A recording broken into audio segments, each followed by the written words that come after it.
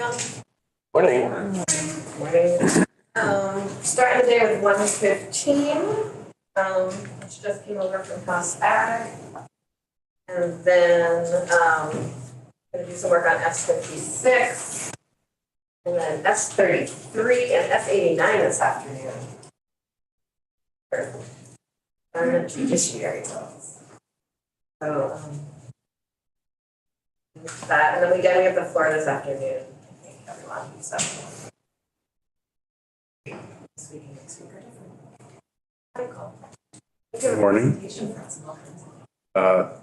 This is Mike O'Grady with Legislative Council. I will walk you through S115 as passed by the Senate, and then the Committee on Agriculture's proposed amendment. The bill, Almost out of caffeine, so I hope it's just a. Thank you very much. the bill as passed the Senate and in general has very little impact on the revenue of the state. But there's a significant municipal revenue impact, which is probably bigger issues you would talk about in this bill. And I have the PowerPoint presentation that I will walk you through to discuss that issue. But I'll begin with the bill as passed the Senate and the general overview of what is in S115.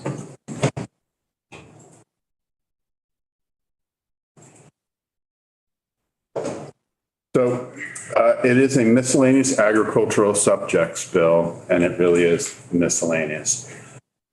The first section relates to the agency's ability to quarantine animals.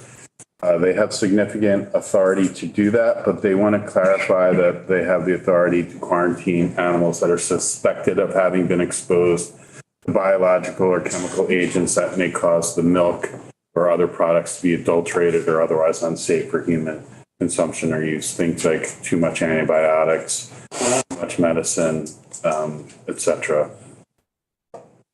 Then moving on, the next few sections relate to the egg law. You probably didn't know that Vermont had an egg law, but it does, but it hasn't been amended since the 70s. And so the agency has proposed some changes to clarify and modernize the egg law, including some of the prohibitions on persons who are selling or offering eggs for sale. They can't advertise or label. Pardon? That's enough detail for us on that. Okay. Section 3 is also egg law. That's just striking an obsolete reference. Section 4 I is. do understand that eggs are very important. Okay. I eat them. All right. Moving on. I just, thank you. Section 5 is egg law, but it relates to penalties, which is part of the fiscal note. It's striking the old penalties of 25 to 100 for a first offense and 50 to 500 for a second, and then defaulting to the agency's general enforcement authority in Title VI, Chapter 1. And then you will see the default administrative penalties are changing in Section 6 for the agency, increasing from $1,000 to $5,000 as a max for each violation.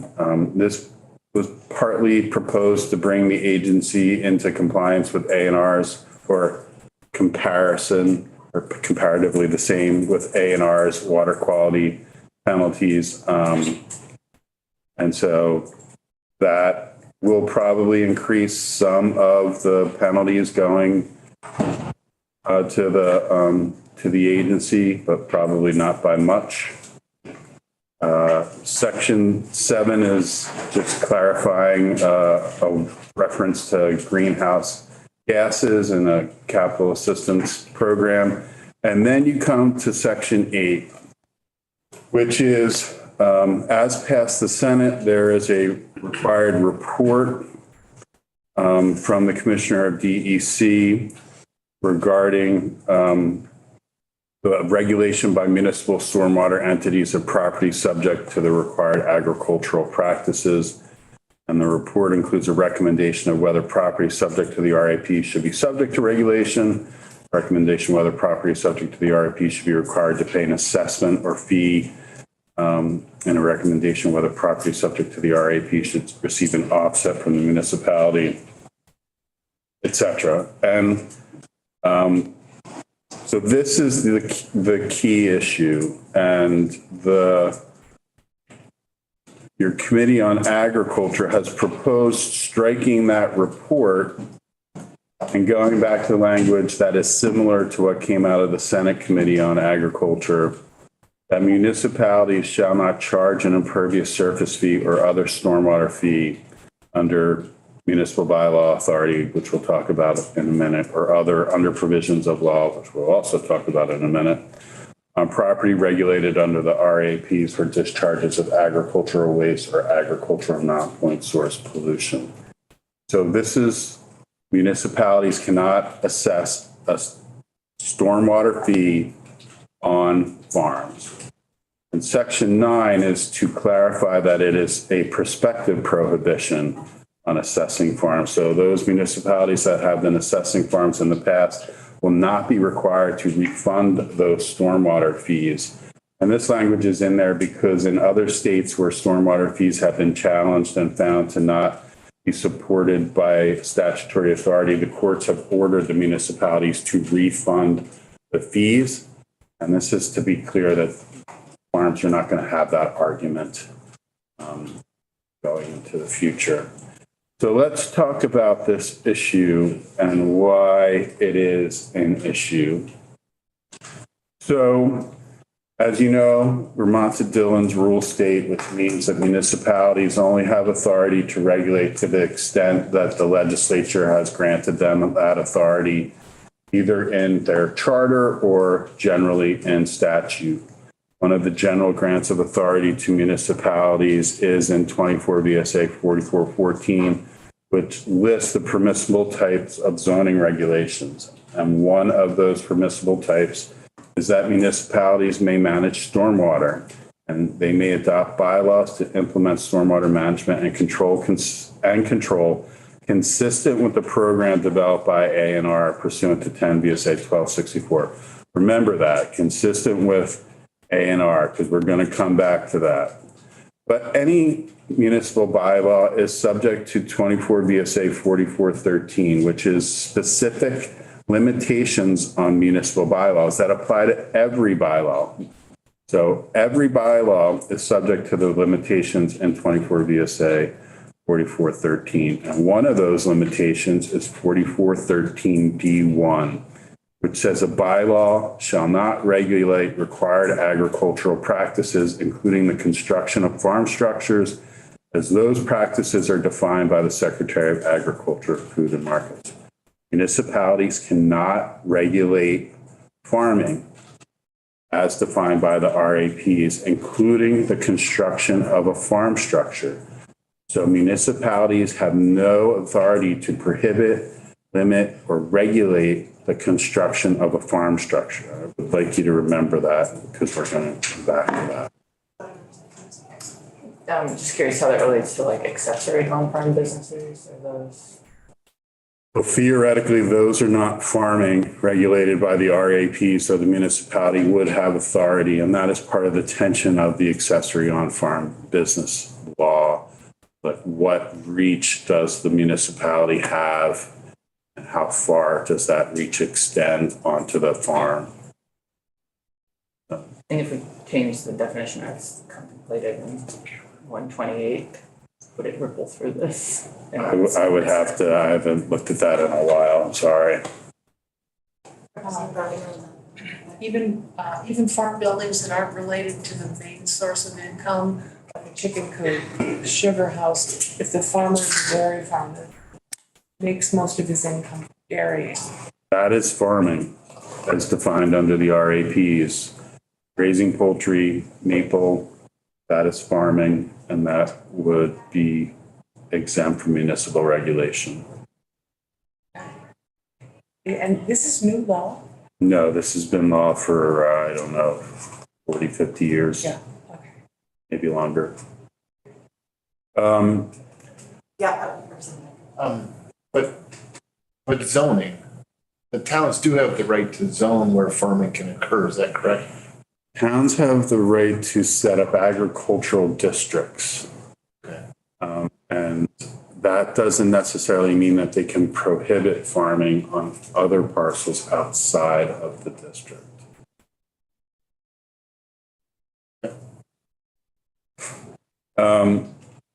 Moving on, Wait. So if I'm following up on this, so if an area is zoned residential, can somebody come in and put a farm? has happened. It's a chicken coop. Okay. The most recent one was down in the Brattleboro area. Yes. Not Brattleboro.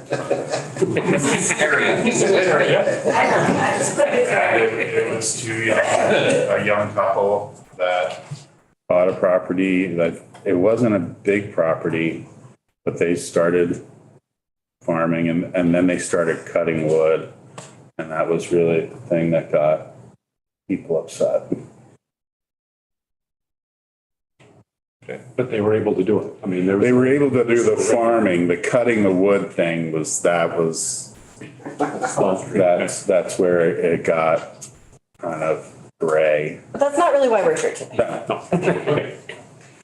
So let's talk about what the required agricultural practices are.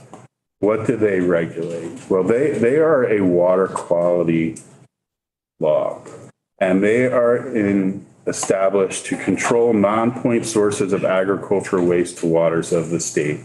And that's the statute. And then you look at the RAPs themselves and the preamble, they talk about they are regulating non-point source pollution. Well, what is another word for non-point source pollution? It's stormwater. So the RAPs regulate agricultural stormwater. And ANR regulates agricultural point sources. So what comes out of a pipe or a ditch or out of the production area, that is a point source if it's reaching a surface water, and ANR regulates that.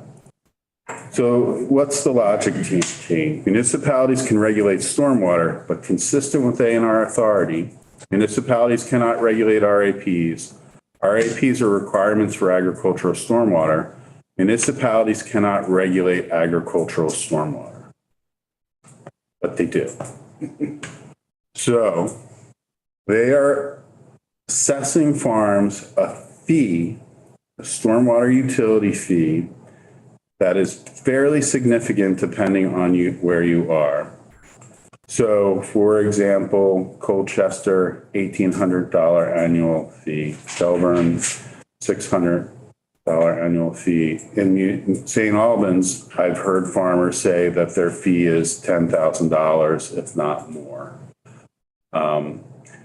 But this is in addition to the permit fee that these farms, most of them, pay to the state for their large farm permit or their medium farm permit, which are also water quality permits. So in addition to $2,500 a large farm is paying or $1,500 a medium farm is paying, they can be paying up to $10,000 to the municipality as well for their stormwater. And so this number is a little in flux. The agency said it's probably 83 farms. The municipalities, for example, in St. Albans says it's much less. But this is probably the maximum universe of farms that are being assessed a stormwater utility fee.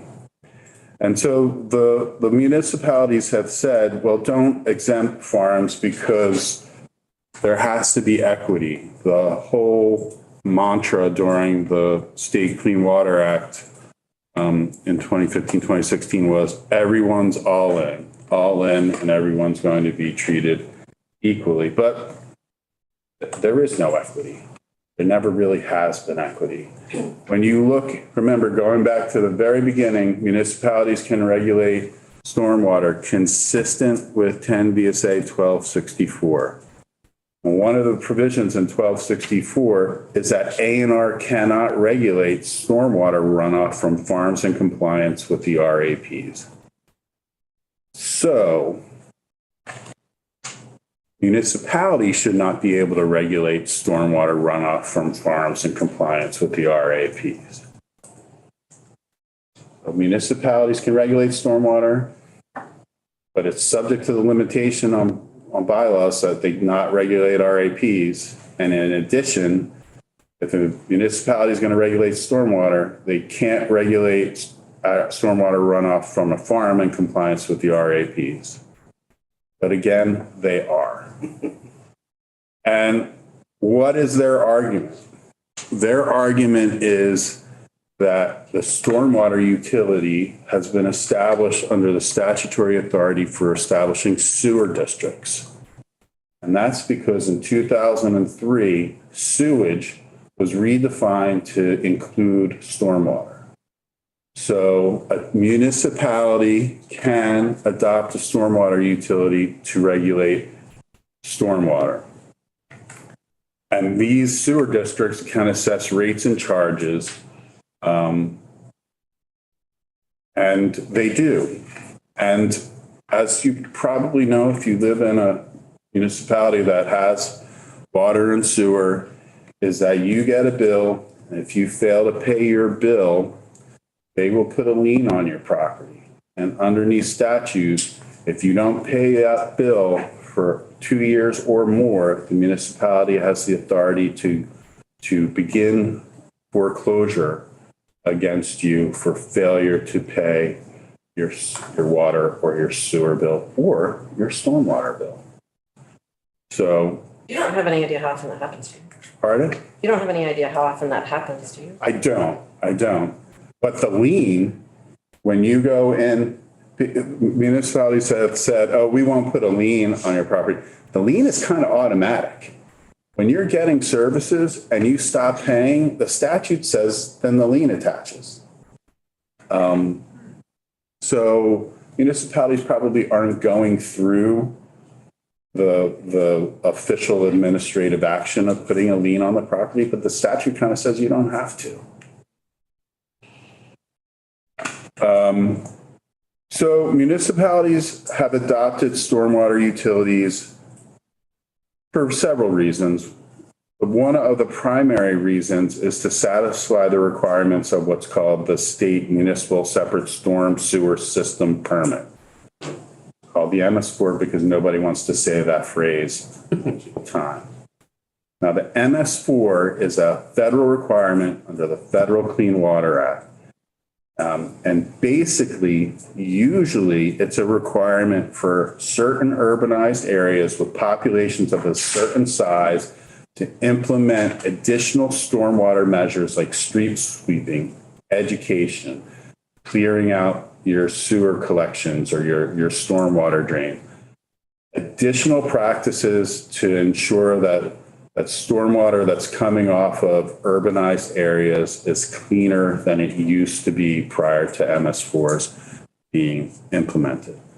But in Vermont, it's not just those urbanized areas with the population thresholds under the Clean Water Act.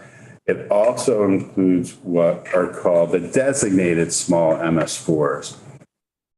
And under the Federal Clean Water Act, states or delegated states have the ability to require certain persons or towns to obtain a NPDES permit, a National Pollutant Discharge Elimination System permit, if the secretary determines that they are contributing to a water quality issue or an impairment of a water, they can require that person or that municipality to come into compliance with a NPDES permit. That's what Vermont has done with what are called the designated MS4s. So you get the traditional urbanized MS4s, Burlington, Colchester, Essex Junction, Milton, Shelburne, South Burlington, Wilson, Winooski, UVM, and Burlington International Airport. I won't go into why they are that, but they are. And then the designated ones, the city of Rutland, the town of Rutland, the city of St. Albans, the town of St. Albans, and Vermont AOT. So why are all those municipalities designated MS4? Anybody know? Impaired watershed. The stormwater impaired watersheds, that is correct. For years, there were 14 stormwater impaired waters in the state. So there were 14 impaired stormwater impaired watersheds, but nobody really knew how to bring them into compliance, because once they're impaired, you need to develop a plan to bring them into compliance. And so what ANR proposed is that all the municipalities where these stormwater impaired waters are be part of the MS4 and implement measures under the MS4 to bring those stormwater impaired waters back up to the water quality standards. So that's why not just the urbanized areas are in here, that's why the designated areas are here too, to comply with a plan to fix the stormwater impaired waters. Part of that plan is these utilities that assess fees to do the additional stormwater management in those utilities. So what does an MS4 permit regulate? It regulates stormwater discharges, but it regulates stormwater discharges from developed land and small MS4s. Well, developed land is defined. It means impervious surface, but it also does not include farms or forested areas. So the MS4 isn't supposed to apply to farms and forested areas unless you look at the definition of what a small MS4 is, or the system. And it's a conveyance system, ditch, yada, yada, yada. Basically, the municipal system that collects stormwater. And the municipalities say, well, the farms are users of that system because there is stormwater that runs off farm fields and farm areas that goes into the system. And those farms should be all in and participate in the MS4 utility just like everyone else. But maybe not. Because EPA has these default requirements for NIPDES permits that are issued by states. And it says that they cover all of their permitting requirements and any permit requirement that delegated. So mandatory minimums for these NIPDES permits. And one of those mandatory minimums is the following discharges do not require NIPDES permits. Any introduction of pollutants from non-point source agriculture. What's non-point source agriculture again? Stormwater. And so it isn't supposed to regulate agricultural stormwater. And, well, you might say, well, and the stormwater utility isn't an MS4. Well, look at St. Albans. Their page says that the MS4 is a NIPDES permit. And that's what they're administering. And that's why they have a stormwater utility. So what is your intent? This is really what it comes back to. When construing statutes, the primary goal of a court or you as a General Assembly is to give effect to your intent. Many rules of construction, the paramount one being to discern and give effect to the intent of the legislature where appropriate, but not where it leads to a result that's inconsistent with legislative intent. So I can't tell you what your legislative intent was, but you have enacted statute that says a municipality cannot regulate the construction of a farm structure. You have said they cannot regulate agricultural non-point source pollution. You have said that they have to be consistent with ANR's authority. ANR cannot regulate or permit agriculture or stormwater. And that's pretty clear, but did you intend to allow a municipality that can't regulate the construction of the structure to assess a $10,000 fee on that structure. Because the structure is just there. And that is the question. And your Committee on Agriculture says, no, that's not what their legislative intent was. What they are proposing, Our Committee on Agriculture? yes, that municipalities shall not charge an impervious surface fee or other stormwater fee under the subdivision, the municipal bylaw authority, or other provisions of this title, Title 24, that's where the sewer authority is, on property regulated under the RAPs for discharges of agricultural waste or agricultural non-point source pollution. This language was debated by the Agency of Agriculture and Department of Environmental Conservation. DEC checked in with US EPA. I don't think, and there was variations of this language before it landed here. I think DEC preferred one of the prior variations, but the commissioner said he can live with this. And the Agency of Agriculture supports it.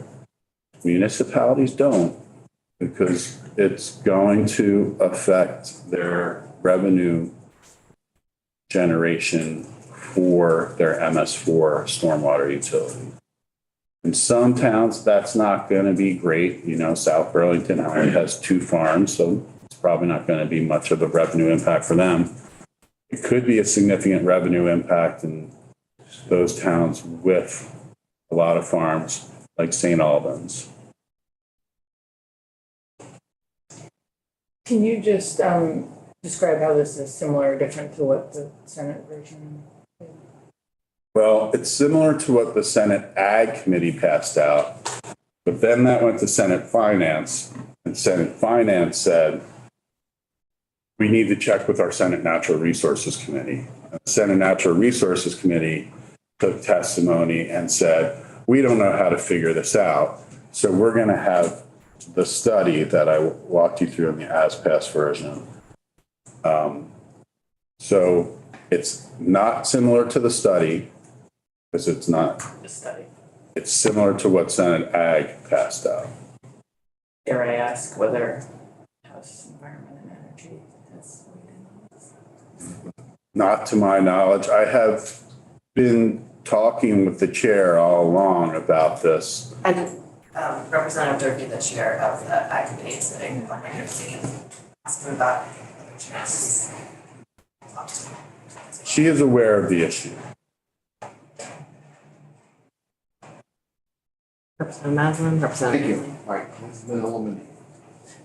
And you've been marvelously articulate, even if things are trying to all twist it around.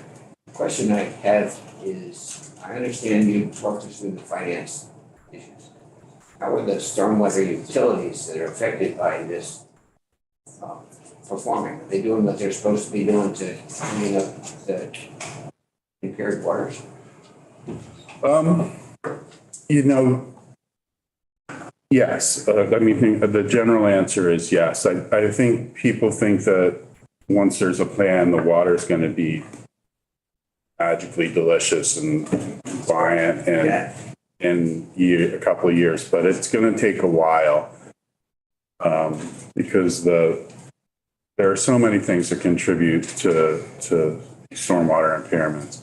Because the impairment really isn't sediment. It's not not usually what's going into the water from stormwater. It's flow.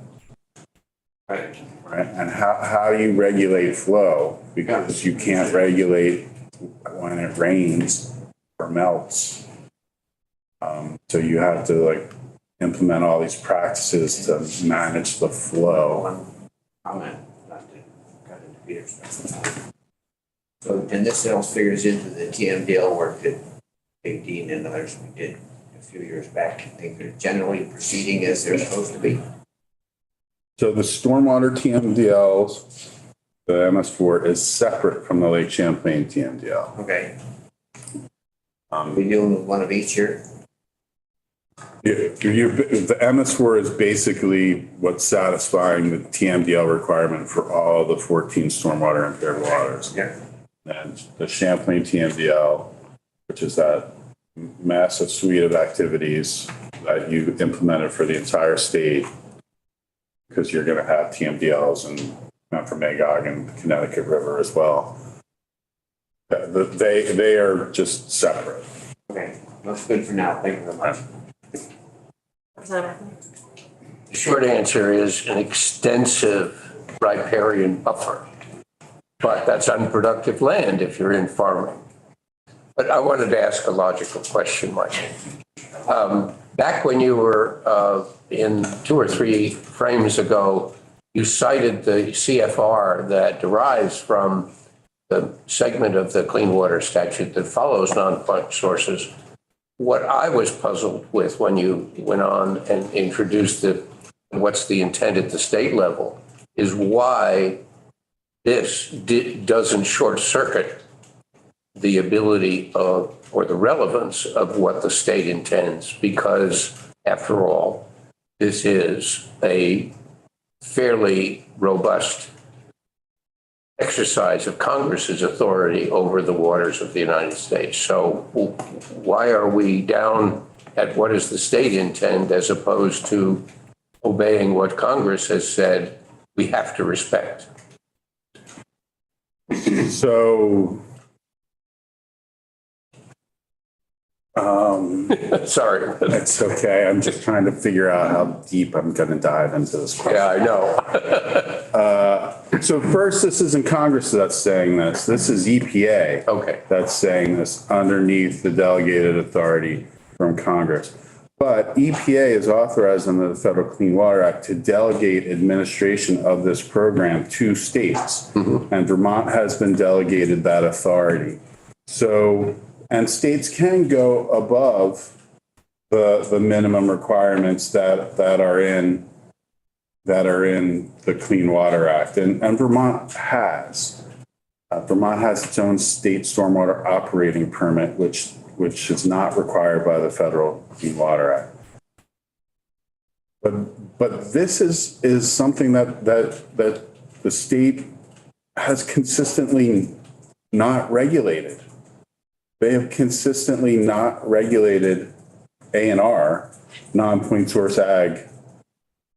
The Agency of Agriculture has regulated non-point source agriculture as directed and authorized in statute to do. And so that is why it doesn't necessarily conflict. Now, when this issue initiated, the municipalities contacted EPA, and the EPA attorney, whomever it was such a skilled lawyer move. It wrote back like municipalities have authority under, and it cited authority under the EPA's clean water rules. And it looked like, oh, well, we can't do this. But then you looked at the rule that he cited, and it's just this general rule that says municipalities and states can set conditions in their MS4 permits. And that's all it said. And it was just, it was just a great, if you didn't look at it and try to analyze what they were saying, you would have been scared off. But it was really not a prohibition on this. And frankly, what are you doing? You're saying they can't charge a fee. You're not saying that they're not regulated. You're saying that the stormwater won't be managed in the MS4. You just say that they can't be charged a fee. And who's the body that grants fee authority? You all. And so I think to try to bring us back into sort of the question on hoping we can figure out the next 20 minutes here as a team, is what I've heard from you is that we have said you may not charge a fee. And then the question is there a question about whether or not we have said you may charge a fee? And our committee on it. What's your committee called? Agriculture. So agriculture and food resiliency and forestry, great, thank you. Has said, we agree that we all said you cannot charge a fee. Sounds good. It's kind of fun for like months for us to be like, yeah, you can't charge a fee, right? Because usually we're charging fees all the time. Yes. And if I'm remembering correctly what you said earlier, currently A&R is charging a fee and the municipalities are charging a fee for this similar. No, A&R charges for a stormwater operating permit. And that's different. That is when you are going to construct, redevelop, or expand impervious surface of a half acre or more. That's when you need a state operating stormwater permit. And that's different. This is MS4. Basically, it's an impact fee or a user fee, however you want to characterize it. And that's being assessed by the municipality. They're two separate programs.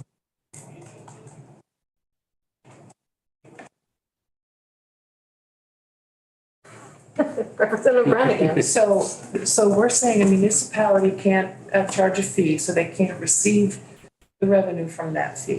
What can they do then to regulate stormwater? Well, they can do whatever they can as long as it's consistent with A&R's authority, which says you can't regulate RAPs, and is consistent with the limitations on municipal bylaws, which says you can't regulate RAPs. So they can regulate stormwater from other properties. They can still have their stormwater systems. They can still do street sweeping. They can still do clearing of storm drains. They can still do all of that. They just are not supposed to be regulating RAPs in the exercise of that. So in St. Albans town, this is gonna be a problem. Because they're right on the shore. I can think of 4 farms right now, right on the shore of Lake Champlain in St. Albans town. So can they put in a culvert? Can they help with a, I don't know, septic system? Can they do that, the town? The culvert may or may not be related to stormwater.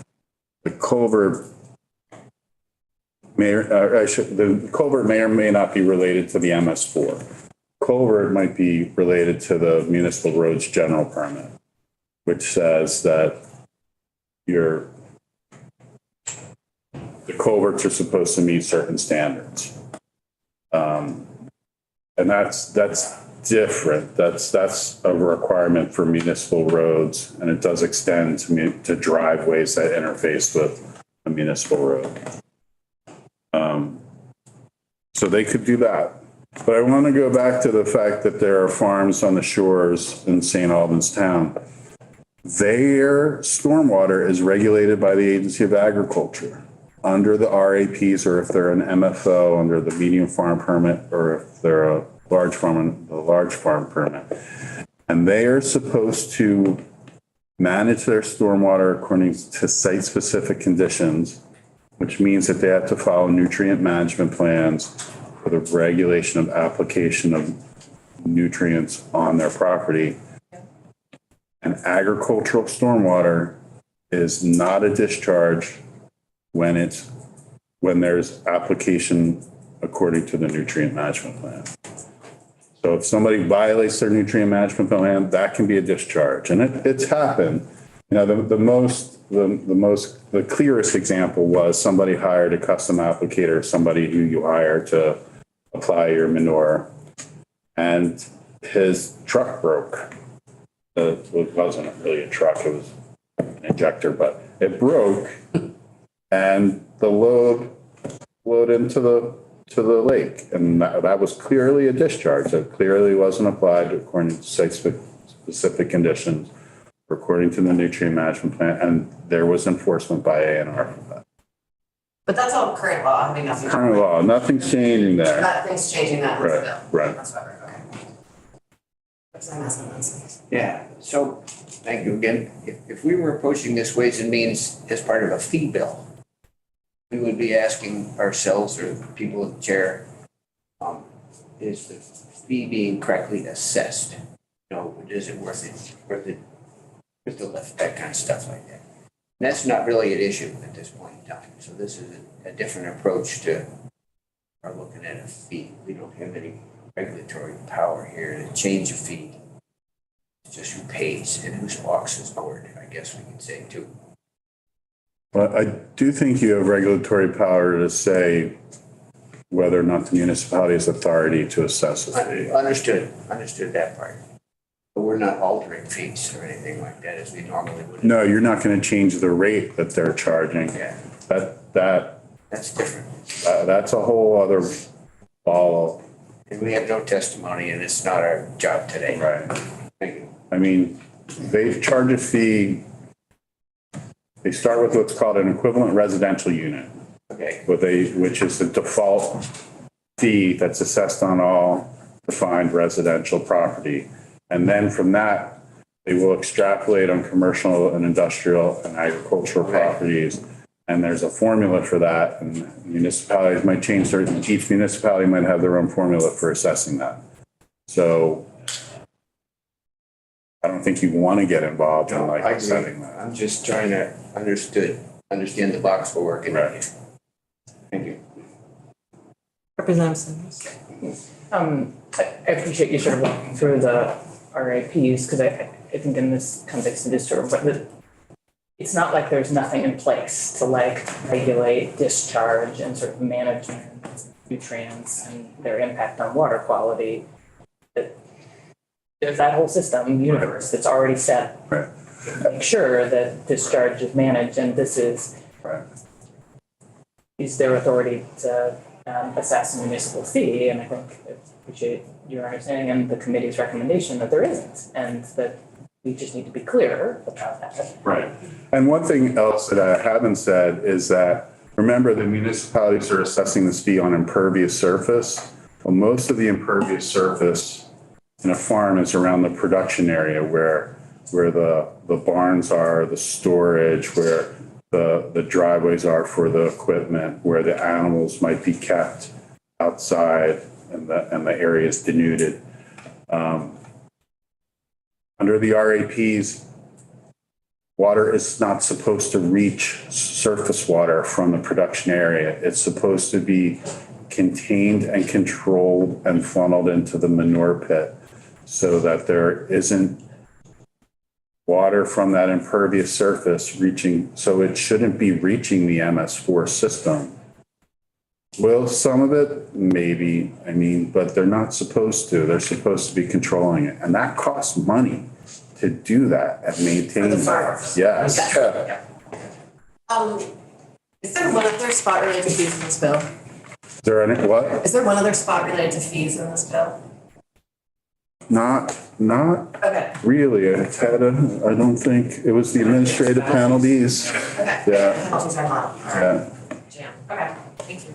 I would love if we could take one over with Ted. I mean, yes, I'm gonna say basically that's finished, the penalties aren't jam, but I will say more work. Great, thank you. Thank you so much.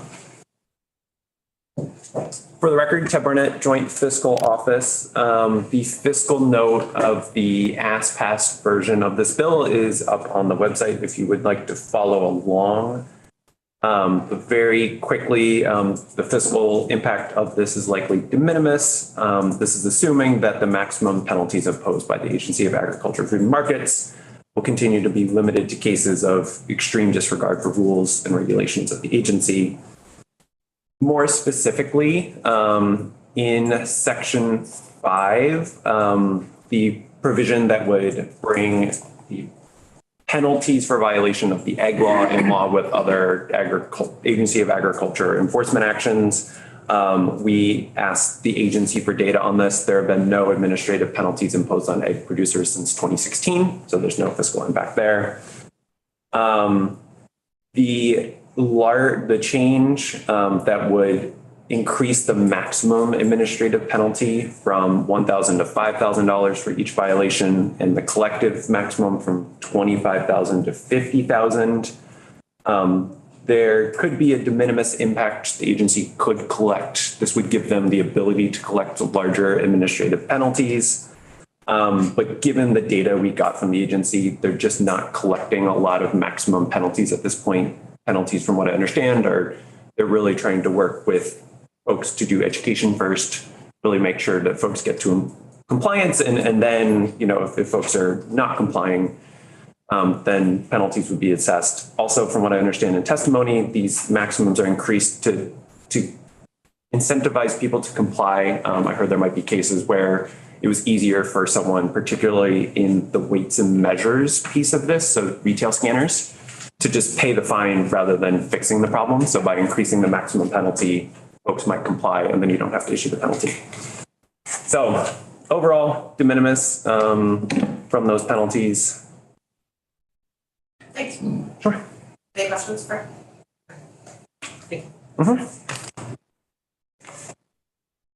Madam Chair, would you have a motion? I move that we find S-115 favorable as recommended by House. Or we find the amendment by House. Find it favorable as amended by House Agriculture, Food Resiliency, and Forest. You're so good. Is there a second? Sure. Representative Sims, favorable. Representative Maslin seconds. Discussion.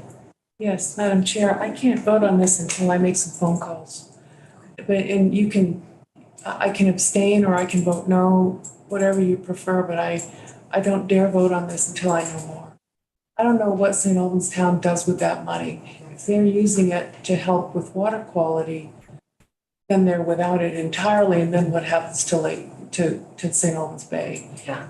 They've made phenomenal improvements in the last 5 years. The farmers in St. Albans Bay have really gone out of their way. I guess what I would, I hear that, and I want to do everything we can for water quality and to support farms.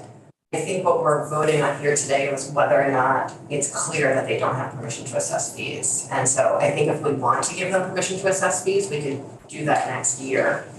But I think it's clear under existing statute that they don't have permission to assess fees. And the question on the table isn't whether or not we want to give them permission to assess fees, it's just whether or not they do have permission under existing. It's just clarifying that the question in front of us is whether or not we're clarifying that they don't, and they don't. Let me read that again. Okay. That's section 9 of the bill. It's municipalities. Municipalities. And so, there's a lot of money for clean water, but I think it's back to the bottom. yeah, so we did, we are sending more money to clean water if the Senate finishes their work on the bottle bill.